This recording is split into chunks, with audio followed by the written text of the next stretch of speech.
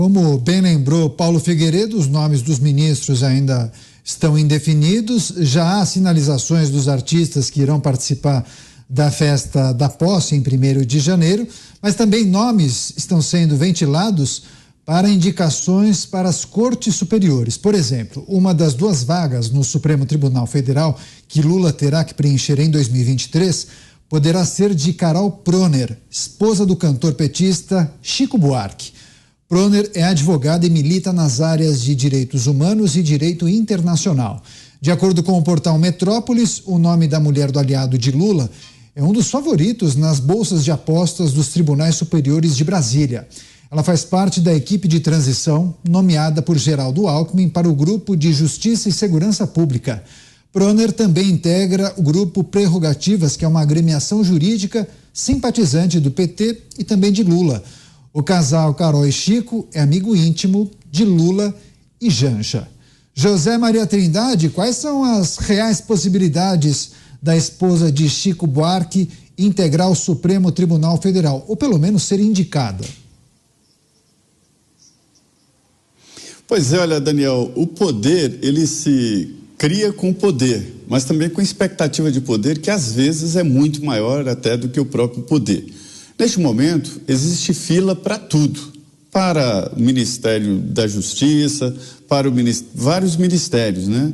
Esse da Justiça seria ocupado por Ricardo Lewandowski se ele se aposentar antes da hora.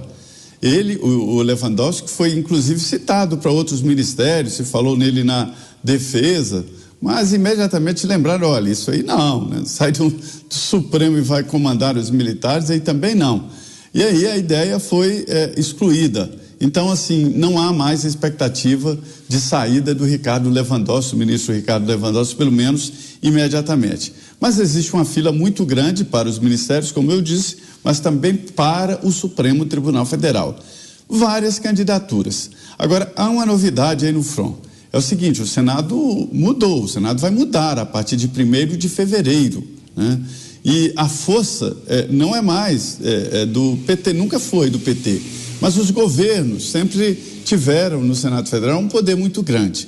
Sempre que se fala aqui na indicação de ministros para o Supremo, nesse debate, eu acho que está correta a fórmula aqui para se chegar ao Supremo Tribunal Federal.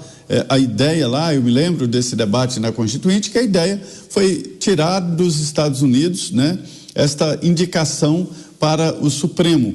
Só que é o seguinte, o Senado Federal teria que fazer uma sabatina eficiente, honesta, né? E não aquele chazinho das 5, mas antes o candidato a ministro do Supremo, indicado pelo presidente, visita os senadores um a um e a portas fechadas faz lá juras que ninguém sabe o que é. Ninguém sabe o que acontece nessas conversas. Aí fica tudo muito fácil. Desta vez, há uma mudança no front. Então, a partir de fevereiro, quando o presidente vai indicar o próximo ministro do Supremo Tribunal Federal, eu duvido que Lula tenha força para tirar o nome do colete e aprovar no futuro Senado Federal. Então, quando aparecem essas notícias, essas candidaturas, eu desconfio um pouco, porque Lula não é bobo. Ele é várias coisas, bobo não. E indicar um nome a ser rejeitado pela primeira vez no Senado Federal não é difícil nesse momento, né?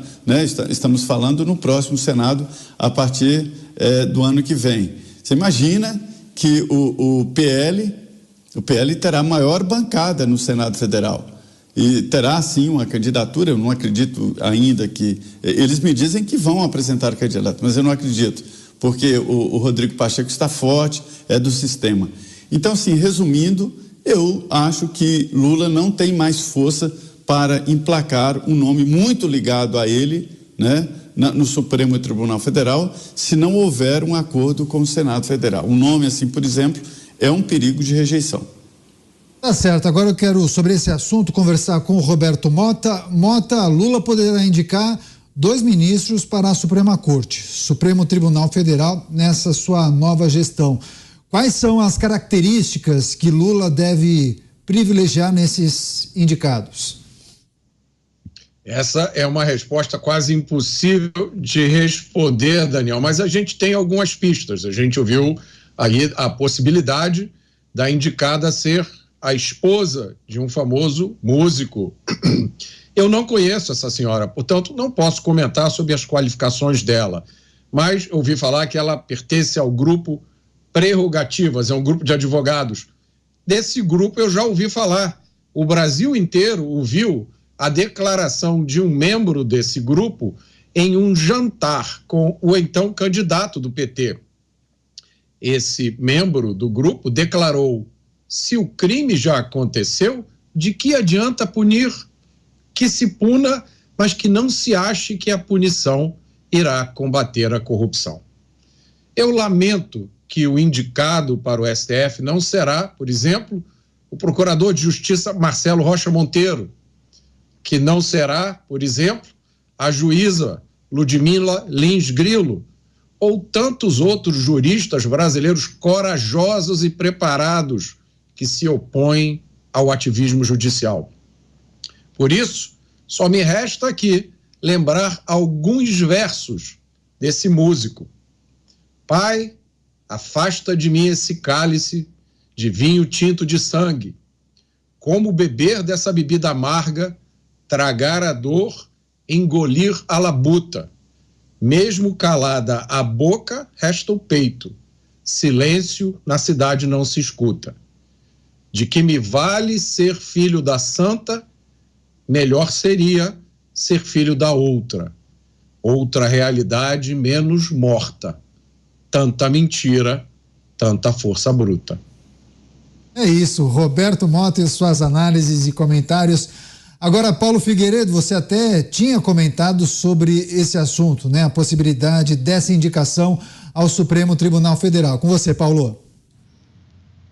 Não, porque nada está ruim que não possa piorar, né? Se vocês acham que o time atual é ruim, vocês imaginam o que virá com... Eu diria assim, um mandato do Lula, mas se as coisas continuarem como são, não é um mandato do Lula. A esquerda nunca mais sai do poder no Brasil. Porque para a esquerda sair do poder no Brasil, nós precisamos ter eleições, né? E não bastam ser qualquer eleições. Eleições a Venezuela está dizendo que vai fazer agora também. Precisam ser eleições limpas.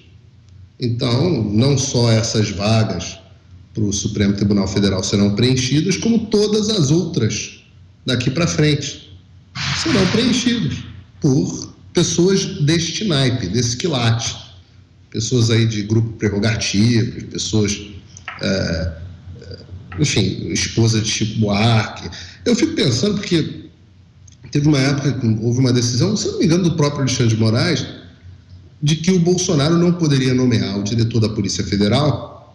Na época, ele queria nomear o Alexandre Ramagem, porque o Alexandre Ramagem era amigo do Bolsonaro. Não podia nomear amigo. Agora você só podia... Eu achei interessante a decisão, porque você não podia nomear mais amigos, você tinha que nomear quem? Os inimigos. Mas o Bolsonaro era muito, muito amigo do Alexandre de Moraes e tinha havido desvio de finalidade naquela nomeação, né? Do Ramagem, não do Alexandre de Moraes, do Ramagem. A decisão foi do Alexandre de Moraes. E aí não podia haver essa nomeação. Eu acho que a decisão foi do Alexandre de Moraes, algum de vocês me corrija se eu estiver errado. Lá atrás, uma das primeiras decisões ilegais, inegavelmente ilegais do Alexandre de Moraes. Eu me pergunto se essa decisão valeria também para uma amiga do Lula. Ora, se o Bolsonaro não pôde nomear o Ramagem, o Alexandre Ramagem, hoje eleito deputado federal pelo Rio de Janeiro, se ele não pôde nomear o Alexandre Ramagem, um delegado da Polícia Federal, para chefiar a Polícia Federal, o Lula pode nomear uma amiga para o Supremo Tribunal Federal? Isso é uma pergunta, né? São perguntas que eu faço nesse momento. Mas eu estou aprendendo várias coisas novas, né? Muitas descobertas. Tem sido um momento de muitas descobertas para mim. Por exemplo, agora mesmo vieram me contar, que eu estava no ar, que o governador eleito de São Paulo, Tarcísio, estaria encontrando, agora aqui, enquanto a gente está falando no programa, agora mesmo ele estaria encontrando o Alexandre de Moraes, em São Paulo, na rua Tucumã, nos Jardins, em frente ao Clube Pinheiros. E vieram me falar isso, e isso está, eventualmente, agora já ganhou a internet, e eu queria que o governador Tarcísio dissesse para nós que é mentira. Queria que ele viesse ao público para desmentir, para que a gente possa respirar aliviado. Porque já foram muitas decepções nesse ano, né? Esse foi um ano de muitas decepções, eu não queria mais essa. Então, como eu tenho o governador Tarcísio na mais alta conta, eu duvido muito que ele esteja encontrando justamente o algoz do Brasil. Eu diria algoz do presidente Bolsonaro, sem dúvida nenhuma, mas algoz do Brasil. Eu duvido que isso esteja acontecendo. Então, eu queria aproveitar aqui o programa para fazer esse pedido encarecido ao governador eleito Tarcísio para que, por favor, apareça e desminta esses rumores que estão ganhando a internet desse encontro, porque seria absolutamente indesculpável, neste momento, nessa altura do campeonato, esse tipo de atitude de alguém que teve um voto de confiança da maioria do povo do estado de São Paulo, o mesmo povo que votou, em sua grande maioria, também, quase em número idêntico, em Jair Bolsonaro. Paulo, só para ratificar a sua informação, de fato, a suspensão da nomeação de Alexandre Ramagem para o comando da Polícia Federal, a suspensão foi determinada pelo ministro Alexandre de Moraes